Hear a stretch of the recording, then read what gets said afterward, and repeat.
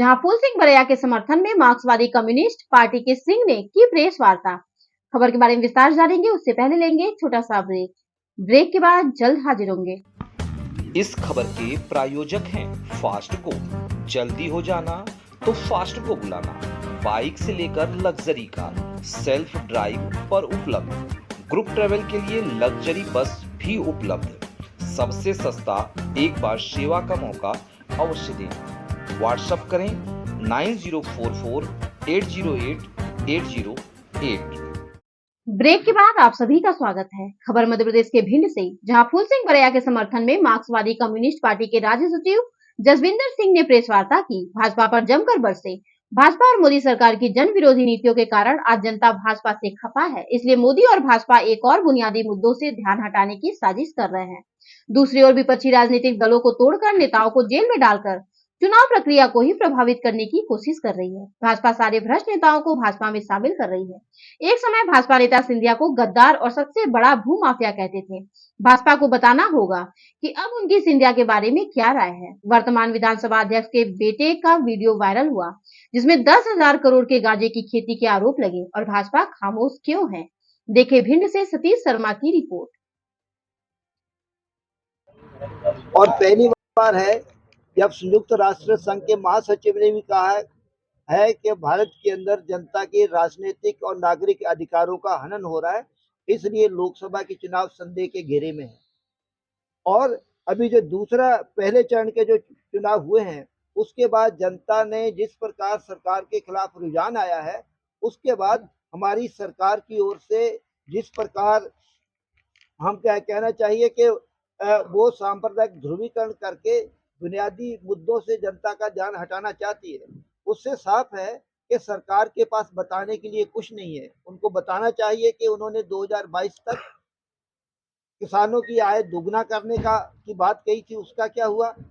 हर साल 2 करोड़ लोगों को रोजगार देने की बात कही थी, उसका क्या हुआ। उनको बताना चाहिए कि उन्होंने कहा था कि अब की बहुत हुई महंगाई की, तो अब 400 का जो सिलेंडर वो 1100 रुपए और जो पेट्रोल भारतीय जनता पार्टी की दो राजनीति सामने है, उसके बाद भारतीय जनता पार्टी के खिलाफ जनता का जो वातावरण है, उस वातावरण को हम लोग और बनाना चाहते हैं। और इसीलिए ये जितने भी इंडिया गठबंधन के घटक है, सब मिलकर भारतीय जनता पार्टी को हराने के लिए एकजुट हैं। पूरे देश के अंदर अभियान चलाया जा रहा है। ये अभियान मध्य प्रदेश के अंदर भी है, भिंड के अंदर भी है। भिंड के अंदर भी सारी पार्टियां मिलकर इस अभियान को चला रही हैं। हमारी पार्टी मार्क्सवादी कम्युनिस्ट पार्टी पूरे प्रदेश भर में अभियान चलाकर भारतीय जनता पार्टी को हराने और इंडिया गठबंधन को जिताने के लिए पूरी ताकत के साथ अभियान चला रही है। और हम जहाँ की जनता से यही अपील करना चाहते हैं कि देश को बचाना है, संविधान को बचाना है, लोकतंत्र को बचाना है, राजनीतिक व्यवस्था जो है इस देश की उसको बचाना है। इसलिए भारतीय जनता पार्टी की हार को सुनिश्चित कीजिए, इंडिया गठबंधन को जिताइए। इंडिया गठबंधन में शामिल है और बड़े खुशी की बात है कि हमारी पार्टी के राज्य सचिव केंद्रीय कमेटी के नेता कॉमरेड जसविंदर सिंह जी भी हमारे बीच में आए हैं और आज आप लोगों को संबोधित कर रहे हैं। तो मैं उम्मीद है कि आप लोग जो भी अपना जो करें उसमें सवाल जवाब भी पूछ सकते हैं। आप लोगों का नमस्कार। आज लोकसभा चुनाव का पहला चरण पूरा हो चुका है और उस चुनाव के बाद जिस प्रकार रुझान सामने आए हैं, उसके बाद हमारे प्रधानमंत्री ना केवल बौखला गए हैं बल्कि ऐसी स्तरहीन बातें कर रहे हैं जो हमारे देश के प्रधानमंत्री के पद की गरिमा के भी खिलाफ है। और ये जो परिस्थितियाँ हैं, ऐसा लगता है कि जैसे जैसे चुनाव आगे बढ़ते जाएंगे वैसे वैसे वो जनता के बुनियादी मुद्दों से ध्यान हटाकर सिर्फ उसको सांप्रदायिक ध्रुवीकरण करने की बात करेंगे। और इसीलिए हम लोग आपके बीच में आए हैं कि हम चाहते हैं कि जनता के जो बुनियादी मुद्दों की चर्चा। इलेक्टोरल बॉन्ड्स का जो मामला सामने आया है, इसके लिए सिर्फ हमारी पार्टी उसमें सुप्रीम कोर्ट में गई थी और सिर्फ हमारी पार्टी मार्क्सवादी कम्युनिस्ट पार्टी है जिसने इलेक्टोरल बॉन्ड से एक रुपया भी चंदा नहीं दिया है।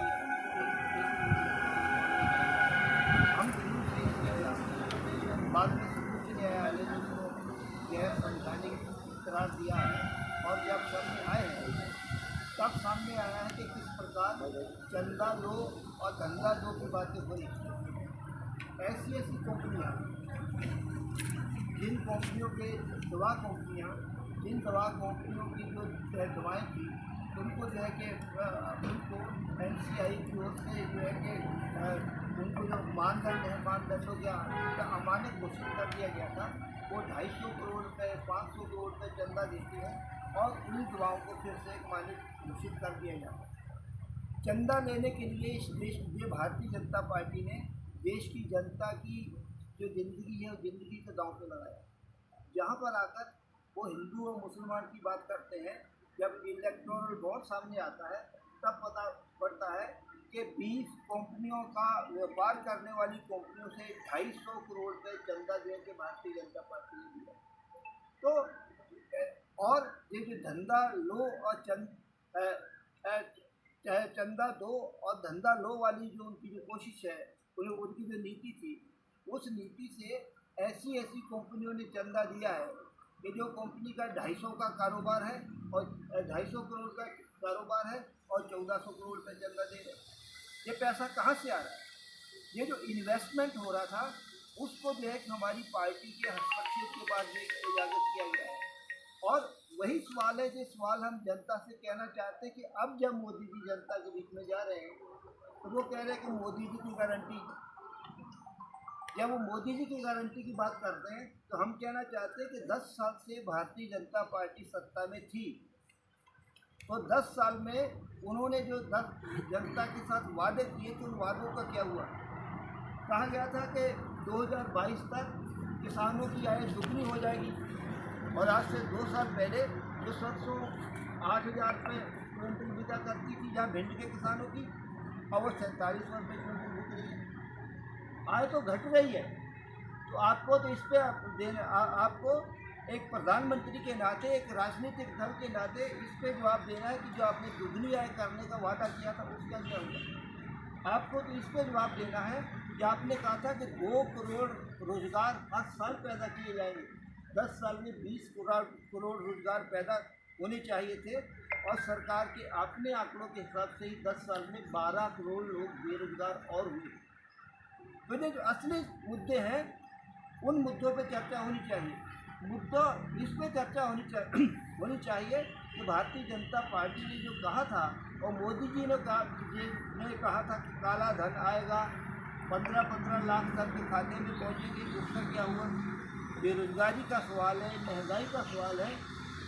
और आज ये जो भ्रष्टाचार को ख़त्म करने की बातें प्रधानमंत्री जी कर रहे हैं, कुल मिलाकर ऐसा लग रहा है कि भ्रष्टाचार को ख़त्म करने की बजाय भारतीय जनता पार्टी BJP का अर्थ भ्रष्टाचारी जुटाऊ पार्टी हो गया है। आप जितने भी भ्रष्टाचारी हैं, 3 दिन पहले प्रधानमंत्री भोपाल के अंदर भाषण देते हैं कि NCP ने 4,000 करोड़ का घोटाला किया है और उनके नेता चक्की पीसेंगे, अब जेल के अंदर चक्की पीसेंगे।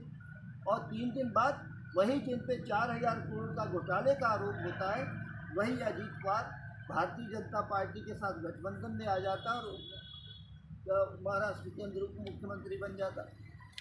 अशोक चव्हाण महाराष्ट्र के पूर्व मुख्यमंत्री, जिनके बारे में प्रधानमंत्री ने भाषण देते हुए कहा था कि भारत के शहीद सैनिकों के बच्चों के लिए जो आवंटित प्लॉट थे वो भी जो है कि अशोक चव्हाण खा गया है। वही जब भारतीय जनता पार्टी में आ जाता है तो फाइल को बंद कर दिया जाता है, उनको राज्यसभा में पहुंचा दिया जाता है और इस समय वो लोकसभा के भारतीय जनता पार्टी के टिकट पर चुनाव लड़ने प्रत्याशी।